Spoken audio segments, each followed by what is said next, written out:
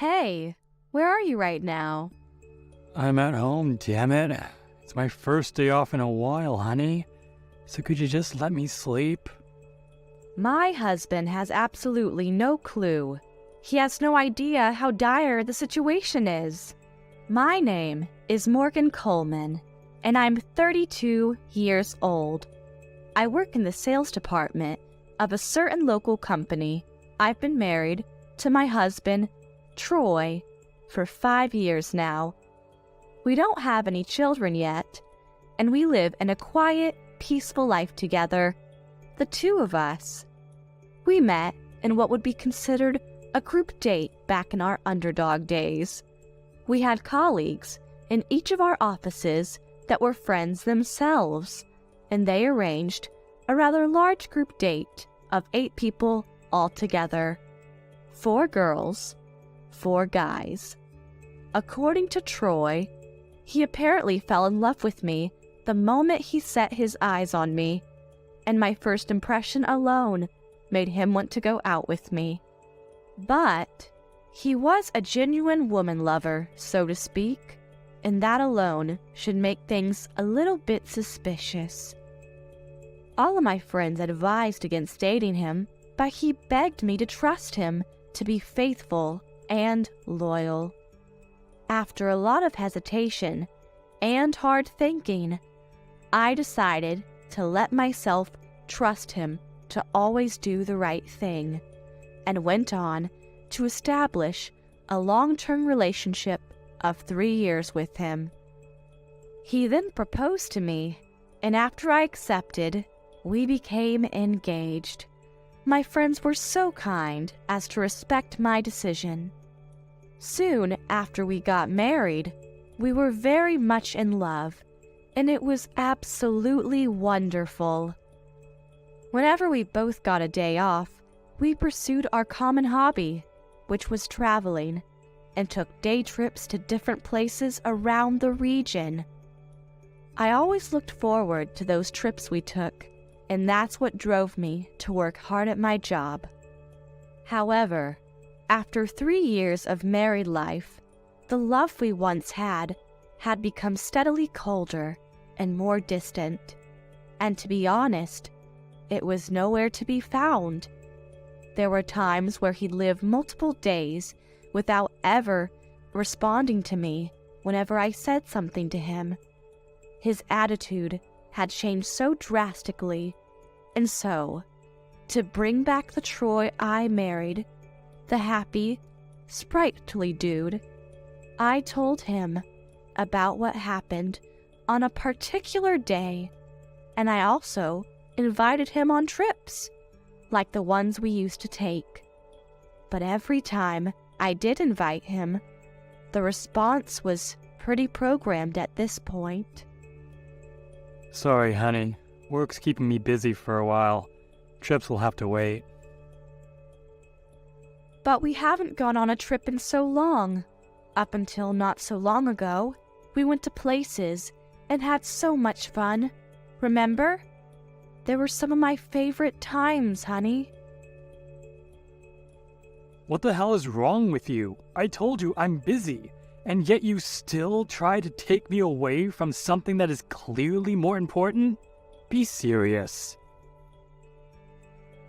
I'm sorry, but it's not like we don't have any days off anymore, and I think we could go one day pretty soon.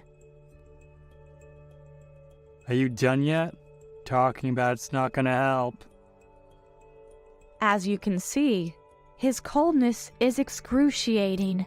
Just between us, I sometimes cry myself to sleep because of this. Troy, my love, where have you gone? Eventually, I got fed up with this new Troy who took me for granted and gave up talking to him. What was worse, I slowly developed a sense of distrust in his loyalty because of this transformation. Could this sense of distrust be warning me of what's to come? I started to think about a bunch of things, and some of the thoughts terrified me. Kept on telling myself that the love is still there, it's just a phase, everything will be fine soon, and forcefully blinded myself to the painful truth. Time went on, and our relationship deteriorated. This actually helped me focus a lot more on my work, and my performance skyrocketed. I was offered a promotion before long. The position was quite the honor. Sales department manager. And since then, the number of business trips I had to take increased by quite a factor. And whenever I told Troy I had a business trip within the next couple of days, his mood would improve substantially. So your business trip starts tomorrow, right? How long will it be? 2 nights, 3 days. Gotcha. 2 nights, 3 days. Be careful, okay? Sure. Satisfied with a bit more knowledge about my business trip, he didn't ask any more questions, plopped down on the couch, turned on the TV, and smoked a cigarette with a large smile on his face. Make sure you take care of the cigarette when you're done, okay? It's always still burning, and I'm the one who turns it off later. We'll get in trouble one day. I gotcha, honey, I gotcha. I'll make sure it's turned off. His antisocial tendencies completely disappear whenever a business trip of mine draws near, and his terms of endearment come back, too, along with actual conversation. That was the final straw. The suspicions I'd had about what our relationship had become were now a reality, and I couldn't run from it any longer. My husband was having an affair. I'd known about this not too long after his attitude changed. The problem was that I refused to accept it. He really was the woman lover that everyone warned he was, and it was my own fault I decided to trust him. Such was the situation for some time, and I was at a loss for what to do. But one day, it was decided that I was going to take a long business trip of around 2 months. I told Troy the news, and he said, 2 months is a long time. Are you coming back on weekends? I'm going to a city that takes over 3 hours to get to, even by bullet train, so it seems like I can only come back once or twice. But, honestly, I think I'll stay over there the whole time. I do want to spend some time looking for new places to enjoy. That's fair, I guess. Damn. 2 whole months away from each other. Lonely yet? Yeah, I am. Just take good care of yourself, honey. The moment he heard from me that I was going away on a business for 2 months, he'd pretty much reverted back to the Troy I fell in love with. As I mentioned, there were times he wouldn't even talk to me for days on end. But after my announcement, he was in such a good mood that he came to talk to me every day. But the things he would say would be something like, Will you be coming home in the afternoon when your work's done? Or do you think you'll be back at night sometime after, 7 o'clock? I've no idea. It's still a ways away, and it all depends on the schedule. Ah, I see. But I guess you'll know the day before, right? Why do you want to know about that so much? Are you planning to bring someone inside or something? Where did that come from? Perish the thought, honey. Of course I wouldn't do anything like that. He was, without a doubt, shook after I said what I said. I got pretty angry with him. He was trying to lie his way out of this, and he was doing a worse job than a newborn chimp. It was blatantly obvious he intended to bring another woman inside the house, but I honestly didn't give a good goddamn anymore. It had come to the point where I'd started to think that maybe it would be the best for me to just move away from home and permanently transferred to the branch I was going to for 2 months. The day I was to leave arrived. Troy sent me off with a big smile on his face. The message was that he wanted me to hurry and get the hell out of there. A few days went by, but not once did he ever call me, send me a text, or contact me in any other form. I believed he was having fun with his unfaithfulness, but the fact that he never kept in touch depressed me a good deal. A few weeks after I went on my business trip, I'd pretty much forgotten all about Troy. The people at my new branch welcomed me with a very nice party, and since there were many who were my age or around there, they took me places on days off, allowing me the chance to get to know the region quite a bit. That life of mine was just amazing, and I never once felt guilty about forgetting all about my husband. My boss, Mr. Kruger, who was also transferred to the same branch temporarily along with me, was so kind to me and had become something like an older brother to me. He took me out to dinner sometimes, and he would always be there for me whenever I needed to talk to someone. Mr. Kruger had become a very important person to me, mentally, and even now, I really appreciate his help. Because of Mr. Kruger, and because of my very full social life at my new branch, I really did forget about Troy's very existence. However, an incident would occur that would jumpstart my memory about him, and the incident itself was a terrible one. One night, I was just about to decide going out for an evening drink when my phone rang. I didn't recognize the number, but I answered anyway. It turned out to be the landlord of the apartment Troy and I were living in. Once upon a time, we did keep in touch with the landlord because our apartment is pretty old, and we wanted to make some renovations. But since then, the calls and the negotiations had become relatively sparse. But it was always Troy who negotiated with them, so the phone call was an unexpected surprise. The contents of the call were even more shocking. They called to check in whether or not I was okay, considering the fact that our apartment was burning. They had tried calling Troy to no avail, and reached out to me instead to check if we were all right. They sounded noticeably shaken, and my own legs were trembling. My husband should still be at home, and the fact that he never answered, even after multiple calls, suggested that the worst had happened. While I did say the love I once had for him had gone stone cold, we'd been a family for 5 years after all, and there was still something there. If anything happened to him, I felt my pulse race. I assured the landlord that I was fine, and mentioned I was on a business trip elsewhere. I then called Troy to see if he was all right. Of course, he didn't answer the first time, and he wouldn't until I called him for the 5th time. "Troy, where the heck are you?" I'm at home, as always. It's my day off today. Could you just let me sleep, please? You're such a pain in the ass right now. "I see. So you're at home? Glad to know you're okay." What the hell is this?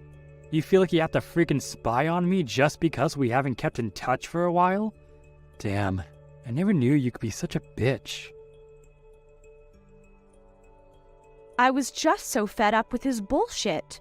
All lingering feelings for him were brutally slaughtered that moment, and I didn't care what happened to him anymore. I guess he's having so much fun, even when our apartment suffered a terrible accident. I became so ashamed that I ever loved this bastard, and wondered why I never paid more attention to my friend's warnings. I called back our landlord and told him Troy was also safe and sound, to my secret disappointment. They were so relieved, you could almost hear a crack in their voice. I was shell-shocked to discover my apartment had burned to a crisp, but the silver lining was that I'd brought most of my stuff along with me on my business trip. So the shock was only temporary, and not too overwhelming. All of my clothes, my accessories, and my portable belongings were all with me. And I had just forgot all about Troy once again and went on with my life, because Troy had the superhuman strength to sleep through the burning of his own living quarters. The next day, I was on a sightseeing trip with a couple of friends when my husband called me. It had been almost a full day since the landlord informed me about the fire, and he wasn't even at the house when it happened. Where the hell was he then? On a trip somewhere with his Cinderella? And what the hell was he thinking, never calling the landlord back? If he'd called them beforehand, the situation would have been much different. Yo, the apartment had a freaking fire. Could you explain to me what's been going on? Hang on, you're alive? Well, that's an unexpected surprise. And also, you told me you were at home when the fire was going on, so I thought you knew what was going on already. How are you so calm about this mess, admitting you knew it and never bothered to tell me? Let me jog your memory. I directly asked you where you were right after the landlord called me about the fire. You told me you were, and I quote, at home as always. That was more than enough info to assume you knew there was a fire. And then I thought you would be fine, and I shouldn't worry about it, since I am such a bitch sometimes. I must be married to Mr. Indestructible. You can sleep through an incident as serious as your house burning down. I only stated obvious facts, and even Troy couldn't conjugate stupid counter-argument. He fell silent. He probably realized there was no point in blaming me for the whole situation. He then said, in a quiet, grave voice, What are we gonna do now? We lost our apartment, the place we live, and now we've got nowhere to go. Did he just say we? Is he really dumb enough not to understand what's happening between us in that moment? There's no we anymore, Troy. I'm not coming back. Not now. Not ever. I didn't have to see his face to know Troy was shocked once I said that. Eh? What the hell do you mean by that? I'm so fed up with your cheating ass. I never should have trusted you to do the right thing. The truth is that you were over at your stupid lover's place overnight, and that's why you didn't even know there was a frickin' fire back at your place. No, that's not... You can't deny it, can you? I'd been suspicious of you for a while now, and every single clue led to the same conclusion. I can't freaking take it anymore. Now hang on a second. I will not. I'm filing for divorce, and you can't stop me. There was a deadly silence for a short time. Then, Troy clicked his tongue in a way you would if you were annoyed with something, and replied, All right then. I'll gladly divorce the likes of you. You're so naive and so random that I'm not confident we'll have a healthy married relationship anymore. And since you're the one who kinda set the house on fire, so to speak, I hope you'll cooperate with the compensation. I swear, his IQ just kept getting lower and lower. What the heck was he insinuating? Was he accusing me of setting our home on fire myself? I never even set foot in that city for close to 4 weeks at this point, much less my own home. I could not comprehend how I could be the cause of the apartment burning down. This morning, the landlord called me to inquire if I was all right. I asked them what had caused the fire, and guess what?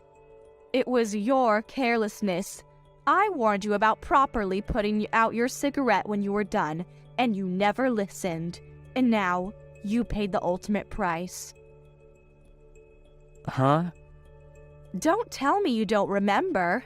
How many dozens of times have I told you to take care of your burning cigarettes before you left the house? It's not even funny.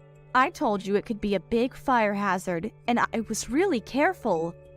But in the end, darkness prevails, I guess. You inconvenienced a whole lot of people living in that building, and that's why it's your legal responsibility to compensate for your careless mistake. And also, because you were having an affair behind my back and left the house vacant that night, your crimes have become a lot more serious. This whole mess is your fault, plain and simple, and there's no way you can find a way out of the blame. Huh. Well, I guess I can agree with the notion that I was the cause of the fire. But at the end of the day, it was only an impressive streak of bad luck. I'll grant you your last wish. Let's split up. Talking to you is becoming such a freaking bore. I have to ask you to send the divorce documents my way once they're ready. And the compensation, I just have to pay back the other pricks in the building, right? If I don't have to pay anything to you, the total amount shouldn't be really anything ridiculous. Paying will be a walk in the park. You can confiscate the rest of my belongings too. I don't need you to tell me that. That was the last that was said between us, and then the line was dead. My married life of 5 years, the one I'd hoped would last until the end of my days, came to an end. Up until this point, I thought that once I went through with the divorce declaration, I would break down, cry, be unable to work properly, and drown my sorrows in the coming days. But in reality, I didn't feel anything negative at all. If anything, a sense of calm that I haven't felt in years engulfed me, and I was feeling great. The divorce files from Troy never came even after a week, and I asked the lawyer I hired to check in on the proceedings.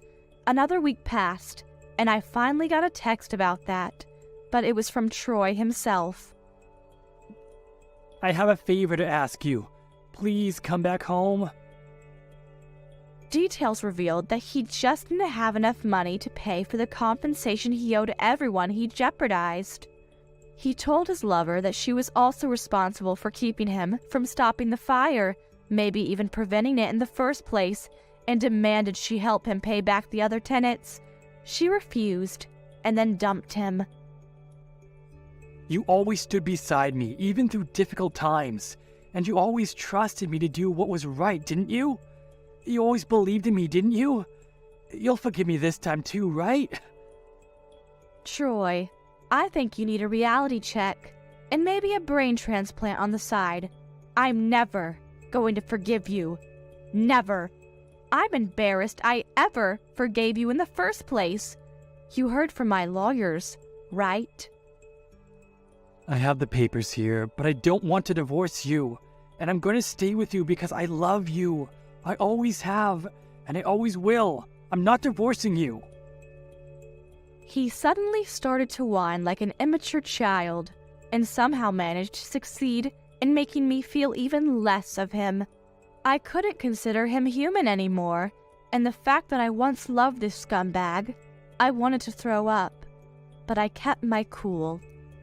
I'm actually getting married again, just so you know. What? So you were cheating on me too, weren't you? Nope. Once my divorce with you becomes set in stone, someone was so kind as to confess their feelings to me. Of course, my divorce isn't official yet, so I'm holding off giving him my answer until it becomes so. And he isn't pressuring me or anything. He's very understanding of what my situation's been for quite some time now. I'll say this one more time. I'm only going to respond to him once our divorce is legally official, and when we aren't married anymore. The hell is that kind of stupid excuse? That's not gonna work on me, bitch.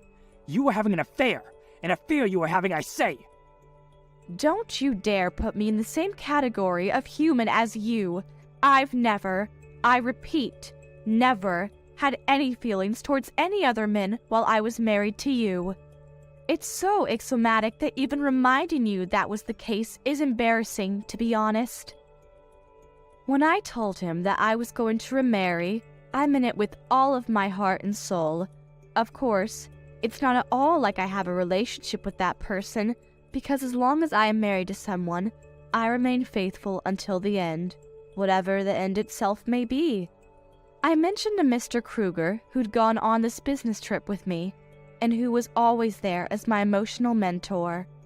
When I told him my concerns about my current relationship with Troy, and how I was considering divorce, he of course provided advice and consolation, but then he confessed he had feelings, and even went on to propose to me.